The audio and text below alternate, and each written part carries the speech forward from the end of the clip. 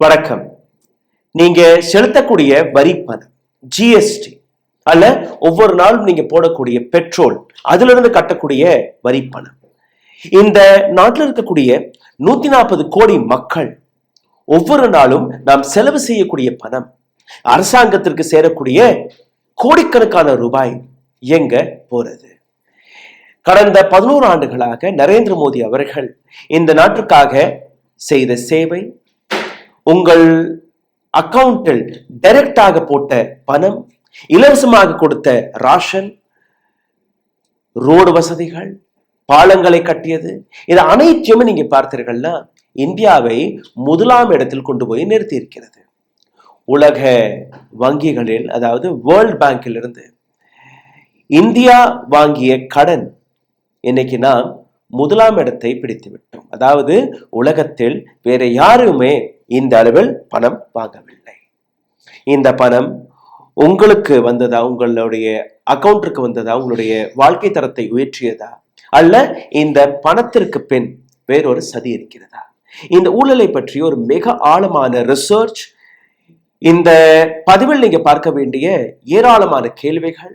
இரண்டாவது, ஏராளமான டேட்டா, அரசாங்கத்துடைய டேட்டாவை உங்களுக்கு முன்பு நான் எடுத்து வைக்க போகிறேன்.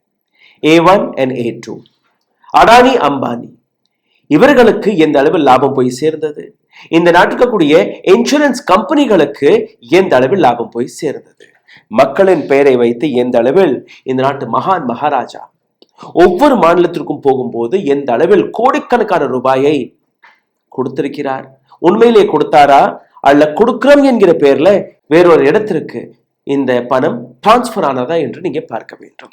வேர்ல்ட் பேங்க் டெப்ட் லீடர்ஷிப் இந்தியாவாக வளர்ந்ததை நீங்க பாருங்கள். இந்த 10 நாடுகள், Vietnam, Nigeria, Mexico, Egypt, Turkey, China, Bangladesh, Pakistan, Indonesia அனைத்தையும் தாண்டி இந்தியா முதலாம் இடத்தில் இருக்கிறது. இந்தியா மீது இருக்கக்கூடிய கடன் எவ்வளவு? 3,49,164 கோடி ரூபாய். 3,49,164 crore rupees.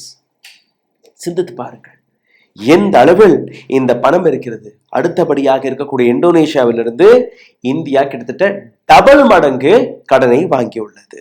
140 கோடி மக்கள் வசிக்கக்கூடிய இவ்வளவு பெரிய நாட்டில் இந்த அளவில் கடன் வாங்குவதற்கான அவசியம் என்ன? ஏன்னா நமக்கு ஒரு பணமும் ஜென்ரேட் ஆயிட்டு இருக்கு இல்லையா?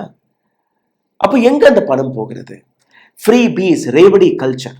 இந்த நாட்டு பிரைம் மினிஸ்டர் யாருமே இந்த ரேவடி கல்ச்சர் கொடுக்கக்கூடாது, இலவச திட்டங்களை அறிவிக்க கூடாது, ஆனால் நாங்க மட்டும் செய்யலாம். டாக்ஸ் பர்டன் இன் இந்தியா, இந்த மித்தை நீ கொஞ்சம் புரிந்து கொள்ளுங்கள். உலக நாடுகளில் 39% பிஐடி ரேட் இந்தியா மீது தான் இருக்கிறது. உலகத்திலேயே எல்லாத்துக்கும் அதிகமாக வரி வசூலிக்கக்கூடிய ஒரு சில நாடுகளில் இந்தியா கிட்டத்தட்ட முதலாம் இடத்தில் தான் இருக்கிறது.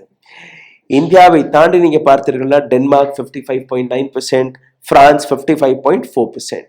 ஆனால் அங்க இருக்கக்கூடிய டாக்ஸ், அங்க இருக்கக்கூடிய மக்களுக்கு சேர வேண்டிய அந்த நலத்திட்டங்களை பார்த்தீர்கள்னா நிச்சயமாக இந்தியாவை விட ஏராளமான மடங்கு பெட்டராக இருக்கிறது.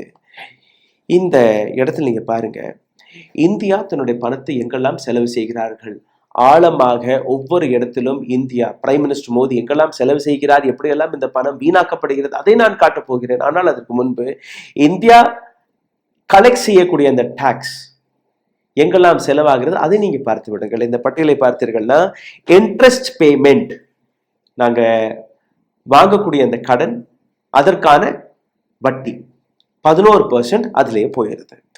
டிஃபென்ஸ் என்கிற பேர்ல, டிஃபென்ஸ் எந்த செக்டர் மிக முக்கியமாக இருந்ததோ, எந்த செக்டர் மிக முக்கியமாக பார்த்திருக்க வேண்டுமோ அந்த செக்டருக்கு வெறும் 6.2% மட்டுமே. சப்சிடிஸ் அண்ட் இந்த ஃபுட் ஃப்ரீ ராஷன் இந்த இடத்துல 4.5%. சோஷியல் வெல்ஃபேர் அண்ட் ஹெல்த் ஸ்கீம்ங்கிற பேர்ல 3.5%. இன்ஃப்ராஸ்ட்ரக்சர்ங்கிற பேர்ல 11.2%. ரூரல் டெவலப்மெண்ட்ங்கிற பேர்ல மிகவும் அடிமட்ட விலைக்கு வெறும் 2.8%. வட்டி மட்டும் 11%. கிராமங்களை டெவலப்மெண்ட் என்கிற பேர்ல அவர்கள் செலவு செய்தது வெறும் 2.8% மட்டுமே. இப்போ நீங்க ஆழமாக இந்த ஃப்ரீபீஸ் கணக்கை பார்த்து விடுங்கள். அதாவது பிரைம் மினிஸ்டர் மோடி வேர்ல்ட் பேங்கிடமிருந்து வாங்கிய அந்த கடன் 3.7 லட்சம் கோடி ரூபாய். 3.7 லட்சம் கோடி ரூபாய்க்கான இந்த கணக்கை நீங்க பார்த்தீர்களா, தலை சுத்தி விடும். அந்த அளவில் இவர்கள் கடன் வாங்கி கொண்டிருக்கிறார்கள். இந்த பணம் உண்மையிலேயே நலத்திட்டங்களுக்காக செலவாகிறதா, உண்மையிலே மக்களுக்கு போய் சேருகிறதா, யாருக்குமே தெரியாது. ஏன், ஆர்பிஐ என்கிற ஒரு மிஷனரி இருக்கிறது, அவர்களுக்கு பணத்தை அச்சடிக்கிறது தெரியும். So they have one machinery. ரெண்டாவது, அரசாங்கத்துடன் இன்னொரு மெக்கானிசம் இருக்கிறது. அதாவது அரசாங்கத்தோட ட்ரெஷரி, கஜானா, பணம் நிறைந்து கொண்டிருக்கிறது. அப்படி இல்லைன்னா ஏற்கனவே இருக்கு, IMF இருக்கு, வேர்ல்ட் பேங்க் இருக்கு, ஏசியன் பேங்க் இருக்கு, அங்க போய் கடன் வாங்கிடலாம். கவர்மெண்ட் இந்த கடன்களை வாங்கி ஒரு கனவை காட்டியிருக்கிறார்கள். We have become 4 trillion economy. இந்த பணம் யாரிடம் இருக்கு? A1, A2 போன்ற நபர்களிடம் இருக்கு. 4.17 trillion எக்கனாமிக்கான இந்த கனவு. ஆனால் கூட இந்த நாட்டு மக்களுடைய நிலை மோசமாக தான் இருக்கிறது. இந்தியன் பாப்புலேஷனை ஏராளமான நபர்கள் காரணம் காட்டுவார்கள். 140 கோடி மக்கள் வசிக்கக்கூடிய நாட்டை எப்படி நீங்க நடத்த முடியும் என்று. ஆனால் பணத்திற்கு எந்த விதமான குறைபாடும் கிடையாது இந்தியாவில். இந்த விஷயத்தை நீங்க புரிஞ்சு கொள்ளணும். எப்படின்னு நீங்க பாருங்க. இப்ப அடுத்த மாதம் பீகாரில் தேர்தல் வர இருக்கிறது. இந்த தேர்தலுக்கு முன்பு நரேந்திர மோடி அவர்கள் அனௌன்ஸ் செய்த ஒரு ஸ்கீம், 75 லட்சம் பெண்களுக்கு under chief minister woman employment scheme ஒவ்வொரு பெண்ணுக்கும் 10,000 ரூபாய் டைரக்ட் மணி டிரான்ஸ்பர் வழியாக போட போகிறார். 7,500 கோடி ரூபாய். எதற்காக பீகாரை நான் தொடங்கிறேன்? பீகார் மட்டுமல்ல, நாங்க இன்னைக்கு பார்த்த ரிசர்ச்சில் கிட்டத்தட்ட ஒரு 16-17 மாநிலங்களை நாங்க பார்த்திருக்கிறோம், வளர்ச்சியிருக்கிறோம். ஆனால் பீகார்ல இருந்து நான் தொடங்கிறேன். இது மட்டுமல்ல, பீகாருக்கு 2 லட்சம் கேஷ் அசிஸ்டன்ட்டும் கொடுக்க போறாராம் ஒவ்வொரு பெண்ணுக்கும். இதுல நீங்க சேர்த்து பார்த்தீர்கள்னா 1.5 crore women in Bihar will be benefited. ரெண்டுமே சேர்த்து பாருங்கள், கிட்டத்தட்ட 3 லட்சம் கோடி ரூபாய், 3 lakh crore பீகாருக்கு மட்டுமே பிரைம் மினிஸ்டர் மோடி ஒதுக்கி கொடுத்திருக்கிறார். இந்த வீடியோவை மிகவும் ஆழமாக ரிசர்ச் செய்திருக்கிறோம். ஒரு 30 செகண்ட் நான் பாஸ் எடுத்துக்கொள்கிறேன். இது போன்ற ரிசர்ச், இது போன்ற டேட்டாவை கலெக்ட் செய்வதற்கு ஒரு மிகப்பெரிய டீம் தேவைப்படுகிறது. இது போன்ற உண்மைகள் உங்களிடம் வந்து சேராதபடி ஒரு சில ஏஜென்சிகள் எங்களை முடக்கி வருகிறார்கள். எங்களுடைய வீடியோக்கள் பெரிதளவில் போவதல்ல. இதிலிருந்து மீட்டெடுப்பதற்காக உங்களுடைய உதவி தேவைப்படுகிறது. நீங்க செய்ய வேண்டிய 2 வேலை தான். இந்த வீடியோவை பார்த்து கொண்டிருக்கும் போதே ஒரு கமெண்ட் எழுதி விடுங்கள். Hi, hello or whatever you feel like or கேள்விகள். 2வது, லைக் அண்ட் ஷேர் பட்டனை தட்டி விடுங்கள். இது மட்டும் செய்தாலே போதும், இந்த வீடியோ ஏராளமான நபர்களிடம் போய் சேரும். 2015ஆம் ஆண்டிலிருந்து 2025ஆம் ஆண்டு வரை பிரைம் மினிஸ்டர் மோடி ஒவ்வொரு முறையும் பீகார் செல்லும் போது அவர்களுக்கு அன்பளிப்புகளை கொடுத்து வருகிறார். இந்த இடத்துல நீங்க பார்த்தீர்கள்னா ஒவ்வொரு வருடமும் பீகாருக்கு மட்டுமே 1 லட்சம் கோடி ரூபாயை கொடுத்திருக்கிறார் பிரைம் மினிஸ்டர் மோடி வெவ்வேறு ஸ்கீம்கள் வழியாக. பீகாருக்கு மட்டும் தானா? கிடையாது. இந்த நாட்டில் இருக்கக்கூடிய ஒவ்வொரு மாநிலத்திற்கும் குறைஞ்சபட்சம் 90,000, அதிகபட்சம் 1.5 லட்சம் கோடி ரூபாய் வரை ஸ்கீம்ஸ்கள் வழியாக. சென்ட்ரல் கவர்மெண்டோட ஸ்கீம் கிடையாது, ஸ்டேட் கவர்மெண்டோட ஸ்கீம் கிடையாது. வெறும் அனௌன்ஸ்மெண்ட் மட்டுமே 90,000 crore இருந்து 1.5 lakh crore வரை நரேந்திர மோடி அவர்கள் கடந்த 11 ஆண்டுகளாக ஸ்கீம்ஸ்களை அனௌன்ஸ் செய்திருக்கிறார். வேர்ல்ட் பேங்கோடைய அந்த கடன், அதற்கான கணக்கை இப்ப நீங்க பார்க்க போறீர்கள். எங்களோட டீம் இன்னைக்கு ஒரு 15 18 மாநிலங்களுக்கான ஒரு டேட்டாவை எடுத்தார்கள். உதாரணத்திற்கு உத்தரப்பிரதேஷ், ராஜஸ்தான், மத்திய பிரதேஷ், சத்தீஸ்கர், ஜார்க்கண்ட், வெஸ்ட் பெங்கால், பஞ்சாப், உத்தராகண்ட், ஹிமாச்சல் பிரதேஷ், ஜம்மு அண்ட் காஷ்மீர், மகாராஷ்டிரா, குஜராத், தெலுங்கானா, கோவா, ஆந்திர பிரதேஷ், கர்நாடகா மற்றும் தமிழ்நாடு. இந்த 16-17 மாநிலங்களை நாங்கள் அலசி பார்க்கும் போது எங்களுக்கு தெரிய வந்த விஷயம், Prime Minister Modi has been announcing repeatedly schemes worth 90,000 crore to 1.5 lakh crore every year. ஒவ்வொரு வருஷமும் இந்த ஒட்டுமொத்த விஷயத்தை நீங்க ஆழமாக பார்த்தீர்கள் உங்களுக்கு புரிய வரும். வெவ்வேறு விதமான பெயர்கள் வைத்திருக்கிறார்கள் ஸ்கீம்ஸ்களுக்கு. இந்த ஸ்கீம்ஸ்கள் வழியாக தான் கவர்மெண்ட் உங்களுடைய அக்கௌண்ட்டிற்கு அல்ல உங்களுக்கு கொடுக்கக்கூடிய அந்த சலுகை என்கிற பெயர்ல அந்த பணங்களை ஒதுக்கி வருகிறார்கள். எப்படி? ஆயுஷ்மான் பாரத் திட்டம், தீன்தயாள் அன்யோதயா யோஜனா உணவு திட்டம், Deendayal Upadhyay Grameen Kaushal Yojana, prime minister Bharatiya Jan Aushadhi Yojana, Khelo India, Atal pension Yojana, green India mission national programme, prime minister crop insurance Yojana, prime minister agriculture and rural India, prime minister Krishi Sinchai योजना. இது போன்ற ஒரு நீண்ட பட்டியல் இருக்கு. இந்த பட்டியலில் நீங்க பார்த்தீர்கள்னா கிட்டத்தட்ட 90 கோடி மக்கள் இந்த ஸ்கீம்ஸ்களில் வருகிறார்களா. கிட்டத்தட்ட 450 ஸ்கீம்ஸ்கள் இந்த நாட்டு அரசாங்கம் அனௌன்ஸ் செய்திருக்கிறது.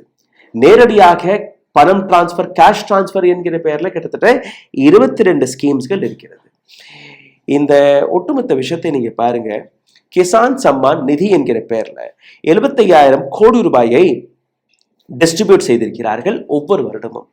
இந்த ஸ்கீம் லான்ச் செய்யப்பட்டு இன்னைக்கு வரை இந்த ஸ்கீம் பெயர்ல மட்டுமே கொடுக்கப்பட்ட தொகை 4.5 லட்சம் கோடி ரூபாய், 4.5 lakh crore just in the name of Kisan Samman நிதி. விவசாயிகளுடைய வாழ்க்கை தரம் உயர்ந்திருக்கணுமா இல்லையா? சரி, எத்தனை விவசாயிகளுக்கு இந்த பணம் கொடுக்கப்பட்டது? உத்தரப்பிரதேசத்தில் மற்றும் 2,25,00,000 விவசாயிகள். அடுத்தபடியாக மகாராஷ்டிராவில் 91,43,000 விவசாயிகள்.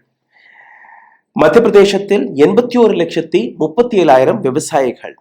பீகாரில் 75,81,000 விவசாயிகள். இது போன்று ஒவ்வொரு மாநிலத்திற்கும் அங்க இருக்கக்கூடிய விவசாயிகளுக்கு இந்த பணத்தை கொடுத்ததாக கூறுகிறார்கள். மொத்தம் எவ்வளோ? 4.5 லட்சம் கோடி ரூபாய். சரி, இப்ப இதற்கான கணக்கை நீங்க பாருங்க. போன மாதம், அதாவது ஆகஸ்ட் மாதத்தில் 20வது இன்ஸ்டால்மெண்ட் கொடுத்துட்டார்கள். 21வது இன்ஸ்டால்மெண்ட் இப்ப வரக்கூடிய நவம்பர் மாதத்தில் கொடுக்க போறார்கள். மொத்தம் 9,70,00,000 விவசாயிகள் அவர்களுக்கு கொடுக்கக்கூடிய இந்த பணம், இதனால் அவர்களுடைய வாழ்க்கை தரம் உயர்ந்திருக்கணும், நிச்சயமாக இருந்திருக்கணும். நீங்களாம் அப்படிதான் நம்பியிருப்பீர்கள். ஆனால் என்ன நடந்தது? பிரைம் மினிஸ்டர் கார்ப் இன்சூரன்ஸ் ஸ்கீமில் ஃப்ரம் 2021 to 2026 இந்த 5 வருஷத்துல நீங்க பார்த்தீர்கள்னா கிட்டத்தட்ட 70,000 கோடி ரூபாய் கொடுக்கப்படுவதாக இல்ல கொடுத்து விட்டதாக இந்த கணக்கு வெளிவருகிறது. இதில் நீங்க பார்த்தீர்கள்னா 2018-19 ஆண்டு 29,000 கோடி ரூபாய் இந்த ஸ்கீமில் கொடுக்கப்பட்டது. 2023 and 2024ல இதை குறைத்து 10,000 கோடி ரூபாயாக கொடுத்தார்கள் 23 and 24ல். ஆனால் இந்த நாட்டில் இருக்கக்கூடிய ஒரு 11 ஒரு 12 இன்சூரன்ஸ் கம்பெனிகள் யாரெல்லாம் இந்த பிரைம் மினிஸ்டர் கார்ப் இன்சூரன்ஸ் ஸ்கீமில் இணைந்திருக்கிறார்களோ அதில் ரிலையன்ஸும் இருக்கு, அதுல ஏராளமான பிரைவேட் இன்சூரன்ஸ் கம்பெனிகள் எல்லாம் இருக்கு. இந்த கம்பெனிகளுடைய வளர்ச்சி 42% உயர்ந்திருக்கிறது. பணம் எங்க போனது? மக்களுக்கு போகவில்லை.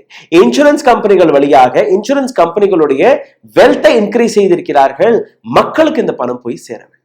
Just imagine 42% of 11 insurance companies, their wealth, their net worth has increased. Can you believe this? Okay. Now we'll come to Ayushman Bharat. Ayushman Bharat திட்டம் ஒரு மிகப்பெரிய அளவில் பேசப்பட்ட ஒரு திட்டம். இதுல நீங்க பார்த்தீர்கள்னா இந்த வருடம் இந்த இயர் 2025-26 இந்த ஃபைனான்சியல் இயரில் 9,406 கோடி ரூபாய் ஒதுக்கி இருக்கிறார்கள் இந்த பட்ஜெட்ல. இதுக்கு முந்தின வருடம், அதாவது போன வருடம் இட் வாஸ் ஓன்லி 4,200. அப்படியே டபுள் ஆக்கி விட்டார்கள் இந்த வருடம். அதற்கு முந்தின வருடம் இது 3,000 கோடி ரூபாயில இருந்தது. இப்ப நீங்க பாருங்க, இந்த திட்டத்திற்கு கீழே கிட்டத்தட்ட 6 கோடி சீனியர் சிட்டிசன்களுக்கு கடந்த 5 ஆண்டுகளாக ட்ரீட்மெண்ட் நடந்ததாக கூறுகிறார்கள். சிகிச்சை நடக்கிறதா. இந்த திட்டத்துல ஒட்டுமொத்த இந்தியாவில் இருக்கக்கூடிய 37 கோடி மக்கள் அவர்களுக்கு கார்டு கொடுத்து விட்டதாக கூறியிருக்கிறார்கள். அதாவது இந்தியாவில் இருக்கக்கூடிய ஒவ்வொரு 4வது அல்ல 3வது நபர் இந்த திட்டத்திற்கு கீழே சிகிச்சை பெற்று வருகிறதாக கூறுகிறார்கள். 33 லட்சம் கோடி ரூபாய் முத்ரா திட்டத்தில் ஒதுக்கப்பட்டது. ட்ரீட்மெண்ட் என்கிற பெயர்ல ஒதுக்கிய பணம் எவ்வளவு ரூபாய் உங்களுக்கு வந்தது, எவ்வளோ நீங்க ஹாஸ்பிட்டல்ல போய் லாபம் அடைகிறீர்கள் உங்களுக்கு புரியும். முத்ரா திட்டத்துல பேர்ல 33 லட்சம் கோடி ரூபாயை ஒதுக்கி இருக்கிறார்கள். 33 lakh crore. இதுல நீங்க பாருங்க 2015-16 ஆர்பிஐ கீழே வரக்கூடிய ஒரு சில விஷயங்களை நான் உங்களுக்கு எடுத்து காட்டுகிறேன். 1,33,295 crore. இது 2015-16. இப்போ இந்த வருடத்தில் நீங்க பார்த்தீர்கள்ல, இல்ல அந்த 15-16 நீங்க பாருங்க 3,48 lakh மக்களுக்கு இந்த உதவி போய் சேர்ந்ததாக கூறுகிறார்கள். 24-25 இதே 5,41,00,000 ரூபாய் 5,46,00,000 அக்கவுண்ட்களுக்கு மாற்றப்பட்டதாக கூறியிருக்கிறார்கள். இந்த இடத்துல கிட்டத்தட்ட 50 கோடி மக்களுக்கு இந்த பணத்தை டிஸ்ட்ரிபியூட் செய்ததாக கூறுகிறார்கள். அவங்களோட வெப்சைட்ல இருக்கு. அந்த வெப்சைட்டுக்கான ஸ்கிரீன்ஷாட் நான் எடுத்து வைக்கிறேன். இது என்னுடைய மேனுஃபேக்சர்ட் டேட்டா கிடையாது, அரசாங்கத்துடைய டேட்டா. நீங்களே பாருங்கள். 33 lakh crore have been distributed across 50 crore people or close to 5 lakh and 46 lakh accounts. இந்த இடத்துல நீங்க பாத்தீங்கன்னா பிரைம் மினிஸ்டர் எங்கெல்லாம் டிராவல் செய்கிறார்களோ, எங்கெல்லாம் பயணத்திற்கு போறாரோ, ஒவ்வொரு இடத்திலுமே அவர் கொடுக்கக்கூடிய பணம் 90,000 கோடி ரூபாயிலிருந்து 1,50,000 கோடி ரூபாய்.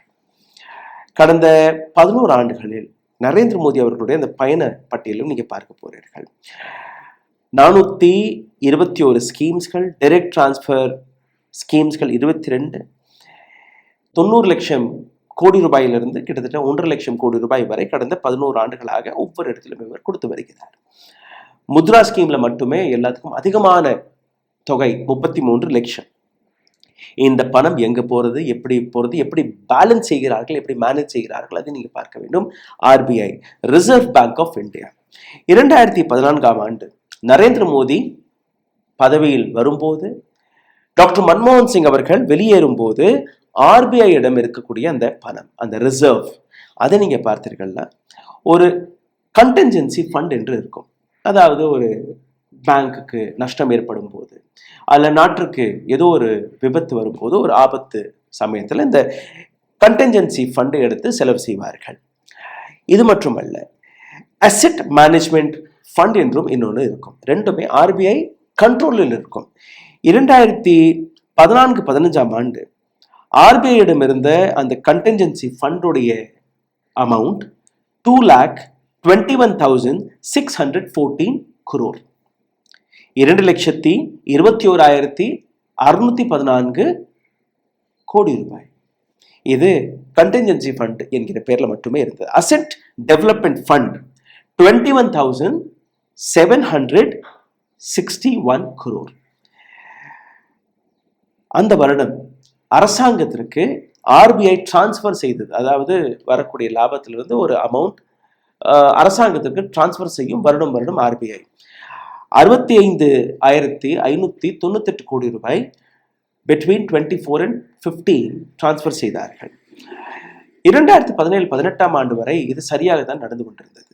அதாவது டிமானிட்டைசேஷன், ஜிஎஸ்டி, அப்போ இந்த freebies, direct account transfer போன்ற ஸ்கீம்ஸ்கள் அனௌன்ஸ் செய்வதற்கு முன்பு வரை அனைத்துமே சரியாக தான் நடந்து கொண்டிருந்தது. உதாரணத்திற்கு 2017 and 2018 கணக்கு எடுத்து பாருங்கள். ஆர்பிஐயிடம் இருந்த அந்த கண்டென்ஜென்சி ஃபண்டுடைய தொகை 2,32,000 crore rupees. அதே மாதிரி அசெட் டெவலப்மெண்ட் என்கிற பெயர்ல 22,875 crores. அந்த வருடம் ஆர்பிஐ அரசாங்கத்திற்கு டிவிடெண்ட் என்கிற பெயர்ல டிரான்ஸ்பர் செய்த தொகை 50,000 கோடி ரூபாய். ஆனால் அனைத்துமே 2018க்கு பின் மாறுகிறது, தலைகீழாக மாறுகிறது. எப்படின்னு நீங்க பாருங்க. ஜிஎஸ்டி அனௌன்ஸ் செய்யப்பட்டது, டிமானிட்டைசேஷன் அனௌன்ஸ் செய்யப்பட்டது, மற்ற விஷயங்கள். World bank, IMF, Asian development பேங்க்ல இருந்து ஏராளமான கடனை நரேந்திர மோடி அரசாங்கம் வாங்க தொடங்குகிறார்கள். இந்த கடன் போன வருடம் வரை 200 லட்சம் கோடி, இப்போ 3.25 லட்சம் கோடியை தாண்டி விட்டது. Asset development fund 2018 and 19ல RBI அதை அப்படியே ஜீரோ ஆக்கி விட்டது. 2 lakh crore இருந்து அப்படியே ஜீரோ ஆக்கி விட்டார்கள். அடுத்து அசெட் மேனேஜ்மெண்ட் ஃபண்ட் முதல் முறையாக it was below 1 lakh crore. இது மட்டுமல்ல, RBI மோடி அரசாங்கத்திற்கு டிரான்ஸ்பர் செய்த தொகை முதல் முறையாக இந்த அளவில் டிரான்ஸ்பர் செய்யப்பட்டது. 1,75,988 crore, 1,75,988 கோடி ரூபாயை முதல் முறையாக அரசாங்கம் RBI-இடமிருந்து வாங்குகிறார்கள். 2024-2025 நீங்க பார்த்தீர்கள்னா அது இன்னும் குறைந்து asset management fund from 1,96,000 crore it is down to 44,862 crore. இந்த முறை அரசாங்கத்திற்கு RBI டிரான்ஸ்பர் செய்தது எவ்வளோ? 2,68,590 கோடி ரூபாய். எந்த அமௌண்ட்டை RBI ரிசர்வில் வைத்திருந்ததோ அந்த அமௌண்ட் அப்படியே அரசாங்கம் தன் பக்கம் டிரான்ஸ்பர் செய்து கொள்கிறது. பணம் எங்க போகிறது? அரசாங்கத்துக்கிட்ட கேட்டா maximum governments and minimum government. நாங்க தான் செய்யறோம், நாங்க கவர்மெண்ட் எல்லாம் நடத்தல. ஸ்கீம்ஸ்களை கொடுத்துட்டோம்னா பிரைவேட் கையில் பிரைவேடைசேஷன் என்கிற பெயர்ல மற்ற நபர்கள் நடத்தி கொள்வார்கள். அப்போ லாபம் எங்க போகுது? யாருக்கு லாபம் வருகிறது? மக்களுக்கு அந்த லாபம் போகிறதா? இந்த கேள்வி நீங்க கேட்டீர்கள்னா கிடையாது. இந்த ஸ்கீம்ஸ்களை ஹேண்டில் செய்யக்கூடிய நபர்கள் யார்? பிஜேபியின் எம்பிக்கள், பிஜேபியின் எம்எல்ஏக்கள், பிஜேபியின் மினிஸ்டர்கள். அப்போ அவர்களுடைய வெல்த்தை நீங்க பார்த்தீர்கள்னா நிச்சயமாக அவர்களுடைய வெல்த், கார்ப்பரேட் வெல்த் இது மட்டும் தான் உயர்கிறதே ஒழிய மக்களுடைய வாழ்க்கை தரம் உயரவில்லை. இந்த வருடத்திற்கான பட்ஜெட் 50 லட்சம் கோடி ரூபாய் என்று கூறியிருக்கிறார்கள். அரசாங்கத்தோட எக்ஸ்பெண்டிச்சர் செலவு 40 லட்சம் கோடி ரூபாய் என்று கூறுகிறார்கள். ஆனால் இந்த ஒட்டுமொத்த விஷயத்தில் நீங்க பார்த்தீர்கள்னா expenditure is more than 7 lakh crore. போன வருடத்திற்கும் இந்த வருடத்திற்கும் நீங்க பார்த்தீர்கள்னா 7 லட்சம் கோடி ரூபாய் இன்னும் அதிகமாக நாம் செலவு செய்வதாக கூறுகிறார்கள். Benefit will be for 49 lakh employees. ஏன்னா விலைவாசி உயர்ந்ததால் அரசாங்கம் 3% அவர்களுடைய சம்பளத்தில் ஏற்றிருக்கிறார்கள். அதனால் 49 லட்சம் எம்ப்ளாயீஸ்களுக்கு, அரசு எம்ப்ளாயிகளுக்கு, சென்ட்ரல் கவர்மெண்ட்ல இருக்கக்கூடிய எம்ப்ளாயீஸ்களுக்கு இல்லை அதை ஒட்டி இருக்கக்கூடிய மற்ற நபர்களுக்கு போய் சேரும் என்று கூறுகிறார்கள். 48 லட்சம் பென்ஷனர்ஸ்களுக்கு இந்த லாபம் போய் சேரும். ஜூலை 1ஆம் தேதியிலிருந்து இதை அனௌன்ஸ் செய்திருக்கிறார்கள். அப்போ அந்த 3 மாதத்திற்கான பணமும் ஒரே மூச்சல் கொடுக்கணும். அரசாங்கம் மீது வரக்கூடிய அழுத்தம் 10,000 கோடி ரூபாய். அனௌன்ஸ்மெண்ட், ஏராளமான அனௌன்ஸ்மெண்ட்டை நரேந்திர மோடி அவர்கள் கொடுத்து வருகிறார். உதாரணத்திற்கு முத்ரா ஸ்கீம்ல மட்டுமே 33 லட்சம் கோடி ரூபாய். இப்போ எக்கனாமிக் சர்வே எடுக்கப்பட்டது, இந்த நாட்டுடைய எக்கனாமிக் சர்வே, பொருளாதார சர்வே. அதற்கான ஒரு ஸ்கிரீன்ஷாட்டை மட்டும் நீங்க பாருங்க, உங்களுக்கு புரிய வரும். இதில் நம்பர்ஸ் இருக்கும், உங்களுக்கு பெரிதளவில் இந்த நம்பர் புரியாது. But I'll make it more simplify. ஒரு ஈஸியாக உங்களுக்கு புரிய வைப்பதற்காக இந்த கணக்கை நீங்க பாருங்க. செல்ஃப் எம்ப்ளாய்டு, அதாவது பிஸ்னஸ் பார்க்கக்கூடிய நபர்கள், ஒரு க்ராசரி ஸ்டோர் வச்சிருக்கலாம், இல்லை ஒரு சின்ன சின்ன கடைகளை வச்சிருக்கலாம், ஹோட்டல் வச்சிருக்கலாம், ஒரு ஸ்பேர் பார்ட் கடை வச்சிருக்கலாம், எது வேணாலும் வச்சிருக்கலாம். இது போன்ற நபர்கள் செல்ஃப் எம்ப்ளாயுடைய ஆவரேஜ் வருமானம் மாதத்திற்கு 13,279 ரூபாய் ஆவரேஜ். சில பேர் அதிகமாக சம்பாதிக்கலாம், சில பேர் குறைவாக சம்பாதிக்கலாம், சில பேர் லாஸ்ல போகலாம். எல்லாருமே நீங்கள் ஆவரேஜாக பார்த்தீர்கள்னா it is 13,279 rupees per month. அப்போ ஒரு நாளைக்கு ஒரு செல்ஃப் எம்ப்ளாயர் சம்பாதிக்கக்கூடிய பணம் லாபம் வெறும் 442 ரூபாய். இதே நீங்க பாருங்க,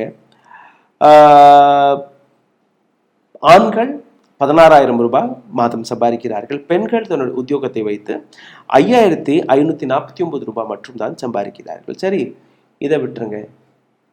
வேலைக்கு போற நபர்கள், அவர்களுக்கு ஒரு சோஷியல் செக்யூரிட்டி கிடைக்கிறதா இல்லையா? கவர்மெண்ட் ஒரு செக்யூரிட்டி கொடுக்கிறதா இல்லையா? பிஎஃப் எல்லாம் கட் ஆகுது இல்லையா? அப்ப அதற்கான கணக்கு என்ன? அதில் நீங்க பார்த்தீர்கள்னா the highest, the maximum on an average a salaried employee is making 20,702 rupees. That is the maximum. And per day he makes 690 rupees. Daily wages 418 ரூபாய்.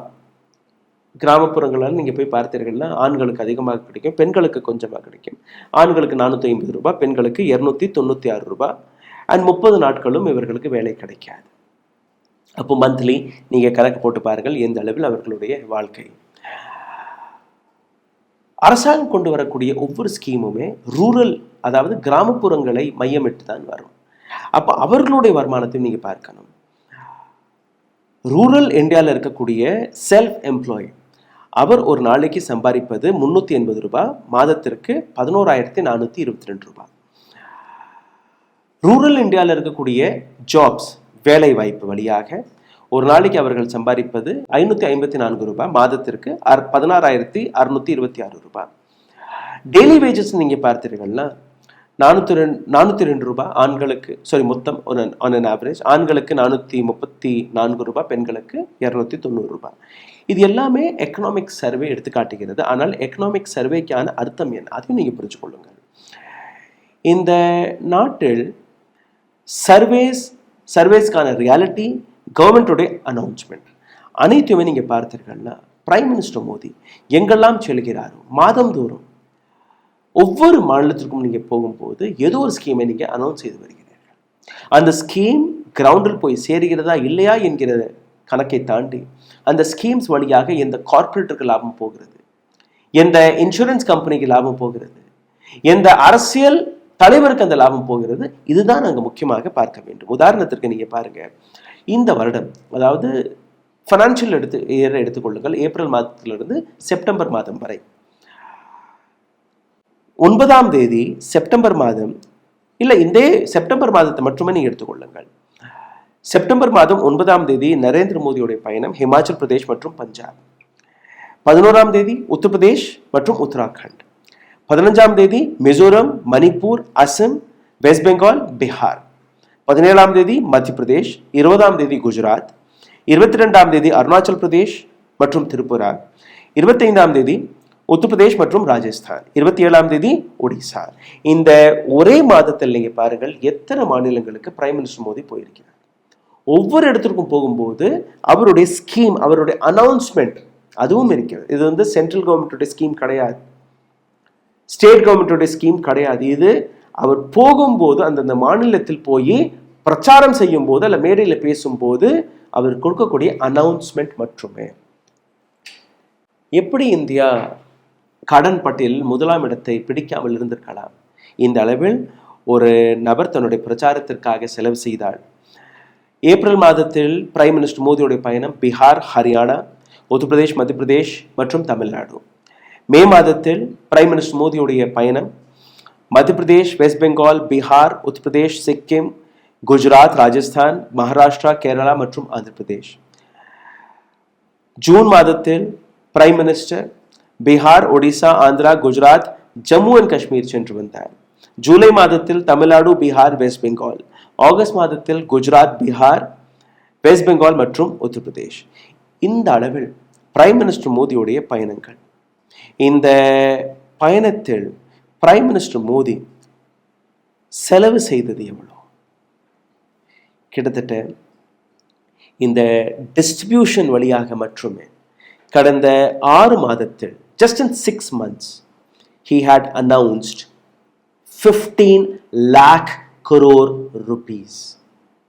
15 லட்சம் கோடி ரூபாயை அனௌன்ஸ் செய்திருக்கிறார் கடந்த 6 மாதத்தில் மட்டும். எப்படி சாத்தியம்? எப்படி இது சாத்தியம் என்று தெரியவில்லை. பட் இந்த இடத்துல நீங்க பாருங்க, ஸ்டேட், சென்டர், பிரைம் மினிஸ்டர் அவருடைய வார்த்தைகள், டைரக்ட் பேங்க் டிரான்ஸ்ஃபர், இது போன்ற விஷயங்களை வைத்து கடனை வாங்குகிறார்கள். அந்த கடன் உங்களிடம் வருகிறதா இல்லையா என்று நீங்க பார்க்கும்போது எதுவுமே கிடையாது. இந்த கடன், ஒட்டுமொத்த கடனை நீங்க பார்த்தீர்கள்னா, செலவு செய்த கடனை நீங்க பார்த்தீர்கள்னா கிட்டத்தட்ட 47 48 லட்சம் கோடி ரூபாய் வருகிறது. இது எவ்வளவு ரூபாய்னு நீங்க பார்த்தீர்கள்னா, இது ஒவ்வொரு வருடமும் இவர் செலவு செய்கிறது. இந்த தொகை ஒரு 5-6 வருடத்திற்கான பட்ஜெட். 5-6 வருடத்திற்கான பட்ஜெட்டை நரேந்திர மோடி அவர்கள் கடந்த 11 ஆண்டுகளாக ஸ்கீம்ஸ் என்கிற பெயர்ல அனௌன்ஸ் செய்திருக்கிறார். இதை தாண்டி நரேந்திர மோடி மற்றும் ஆர்எஸ்எஸ் உடைய 100 ஆண்டு விழாவில் ஒரு 100 ரூபாய் நாணயத்தையும் கொண்டு வந்திருக்கிறார்கள். இந்த நாணயத்தின் பின்புறத்தில் நீங்க பார்த்தீர்கள்னா பாரத் மாதாவின் படம் இருக்கு. ஆர்எஸ்எஸ்ஸின் தொண்டர்களுடைய சேவை பாவனையை எடுத்து காட்டியிருக்கிறார்கள். ஆனால் நரேந்திர மோடியின் இந்த காயின், இதற்கு பின்னாடி இருக்கக்கூடிய ஐடென்டிட்டி நீங்க பார்த்தீர்கள்னா சேவை இங்க எங்கேயுமே கிடையாது. தன்னுடைய கார்ப்பரேட் நண்பர்களுக்கு, தன்னுடைய ராஜ வாழ்க்கைக்கு அல்ல, இந்த அரசாங்கத்தில் ஆழமாக வேலை பார்க்கக்கூடிய நபர்கள் அவர்களுடைய ராஜ வாழ்க்கைக்கு மட்டும்தான். இவர்கள் வாங்கக்கூடிய கடன் எங்க போறது என்று நீங்க பார்த்தீர்கள்னா, நரேந்திர மோடி பயணிக்கக்கூடிய விமானத்தை வைத்து நீங்க புரிந்து கொள்ளலாம். அமெரிக்காவின் விமானம் உலகத்திலே மிக எக்ஸ்பென்சிவான விமானமாக இருந்தால் 2வது விமானம் பிரைம் மினிஸ்டருடைய விமானம், அது இந்தியன் பிரைம் மினிஸ்டருடைய விமானமாக இருக்கிறது. பிரைம் மினிஸ்டருடைய அந்த கான்வே நீங்க பாருங்க, உலகத்திலேயே மிக விலை அதிகமாக இருக்கக்கூடிய வாகனங்கள், அந்த கான்வேயோடைய மதிப்பு அந்த அளவில் இருக்கிறது. இது பிரைம் மினிஸ்டருடைய வாழ்க்கை. ஆனால் இந்த நாட்டுக்கு கூடிய ஏழைகள், விவசாயிகள், இந்த நாட்டுக்கு கூடிய மிடில் கிளாஸ், இந்த நாட்டுக்கு கூடிய சிறு பெரு தொழிற்சாலைகள் அல்ல தொழில் செய்யக்கூடிய வியாபாரிகள், அவர்களிடம் போய் கேளுங்கள், கடந்த 11 ஆண்டுகளில் உங்களுடைய சேமிப்பு குறைந்திருக்கிறதா அல்ல இருக்கிறதா என்று. 2019 ஆண்டுக்கு முன்பு உங்கள் அக்கௌண்ட்ல எவ்வளவு இருந்தது, கோவிடுக்கு அப்புறம் அல்ல 2019க்கு அப்புறம் எவ்வளவு இருக்கிறது. இன்னும் ஆழமாக நீங்க பார்த்தீர்கள், உங்களுடைய பேங்க் அக்கௌண்ட்டை ஒரு பிரிண்ட் அவுட் எடுத்து பாருங்கள். 2014 and 15ல எந்த அளவில் உங்களிடம் சேமிப்பு இருந்ததோ அந்த சேமிப்பு 2017க்கு அப்புறம் 2018க்கு அப்புறம் குறைய தொடங்கி இருக்கிறது. 2019ல இருந்து யாராலையுமே எதுவுமே மிச்சப்படுத்த முடியவில்லை. அதை தாண்டி இந்தியா கடன் வாங்கியிருக்கிறது. உலக பட்டியலில் இந்தியா 1ஆம் இடத்தை பிடித்துவிட்டது. இந்த வீடியோவில் உங்களுக்கு ஏற்படக்கூடிய ஏராளமான கேள்விகள், சந்தேகங்கள் இருந்தால் கீழே கமெண்ட் எழுதிவிடுங்கள். அதற்கான பதிலை நாங்கள் கொடுக்க முயற்சி எடுப்போம். இதை தாண்டி எங்களை சப்போர்ட் செய்ய நினைக்கக்கூடிய நபர்கள் நீங்கள் செய்ய வேண்டிய 2 விஷயம்: கமெண்ட், லைக். அதையும் தாண்டி எங்களை உதவ நினைக்கக்கூடிய நபர்கள் கீழே இருக்கக்கூடிய UPI ID வழியாக உங்களுடைய ஆதரவுகளை தெரிவிக்கலாம். நன்றி, வணக்கம். ஊடகம் கார்ப்பரேட் அரசியல்வாதிகளின் கைப்பாவையாக, அடிமைகளாக இருந்தது போதும். இனி சாட்டை எடுத்து சுழற்றும் நேரம் வந்துவிட்டது. ஊடகம் பொதுமக்களாகிய உங்களுக்காக, உங்களாலேயே இயக்கப்பட வேண்டும். ஊடக சுதந்திரத்திற்காக உங்களின் பங்களிப்பை இன்றே அளித்திடுங்கள்.